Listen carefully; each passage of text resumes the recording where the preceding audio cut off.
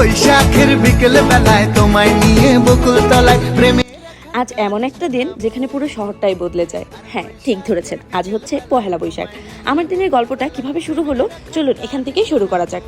সকালবেলা যখন ঘুম ভাঙলো তখন দেখি ঘড়িতে প্রায় 9টা বেজে গেছে।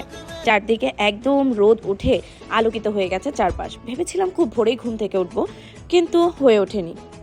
তাই যখনই ঘুম ভাঙলো চলে গেলাম ছাদে। আর ছাদে গিয়ে মন ভালো না হয়ে উপায় আছে বলুন? এত এত ফুল, প্রজাপতি, পাখিদের সাথে দেখা। তো তাদের সাথে দেখা করে চলে আসলাম নিজের ঘরে।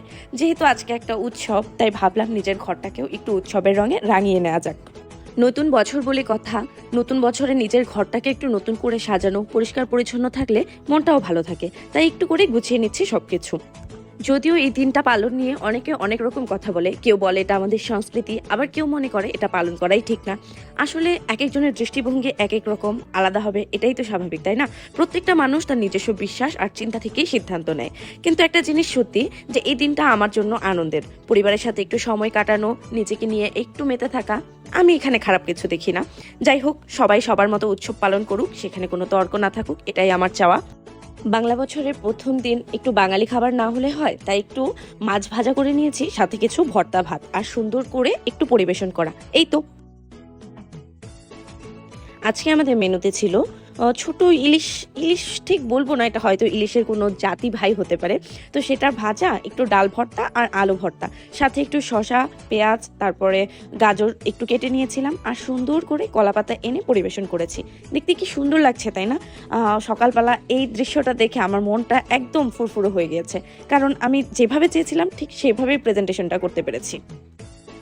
আর এরকম সুন্দর করে সাজিয়ে গুছিয়ে আপনি যার সামনেই খাবার প্রেজেন্ট করবেন, সেই খুশি হয়ে যাবে। আমার ছেলে তো আমাকে বারবার বলছিল, মা আজকে কি? আর যেহেতু ঘরের মধ্যে একটু বৈশাখের গানগুলো বাজতেছিল, আমার ছেলে তো মোটামুটি একটা গানের লিরিক্স মুখস্থই করে ফেলেছে। গান শুনতে শুনতে খাওয়া দাওয়ার পর্ব শেষ করে ফেলেছি, এবার একটু তৈরি হবার পালা। বৈশাখ মানে একটু লাল সাদা চুড়ি, তারপরে হচ্ছে গিয়ে একটু শাড়ি পরা। এই তো, তাই নিজেকে একটু লাল সাদা চুড়িতে এবং শাড়িতে সাজিয়ে ছাদে চলে গিয়েছিলাম। একটু ঢং টং করে কতক্ষণ ভিডিও টিডিও করলাম। হাজব্যান্ডকে বললাম চলো তুমিও একটু আমার ঢঙের অংশ হয়ে যাও। তো সে একটু পাঞ্জাবি পরে আসলো, তারপর আমরা বিকালবেলা বেরিয়ে গিয়েছিলাম বাইরে। চারপাশে প্রকৃতির রং, এত এত মানুষ, মনে হচ্ছিল পুরো শহরটাই যেন উৎসব করছে। এই যে দেখছেন মেলা কত রঙিন, ছোটবেলায় এই ফিলটা এখনো ঠিক আগের মতোই আছে। ফুচকা, জিলাপি, নাগরদোলা সবকিছুতেই মজা। মেলা মানেই আমার কাছে আনন্দ। এভাবে কেটে গেল আমাদের পহেলা বৈশাখ। নতুন বছরে সবাই ভালো থাকুন, সুস্থ থাকুন, আর মনে রাখবেন ছোট ছোট মুহূর্তগুলোই আমাদের জীবনের সবচেয়ে বড় আনন্দ। ভিডিওটা কেমন লাগলো আমাকে কিন্তু অবশ্যই জানাবেন, আর ভালো লাগলে লাইক, কমেন্ট, সাবস্ক্রাইব করতে ভুলবেন না কিন্তু।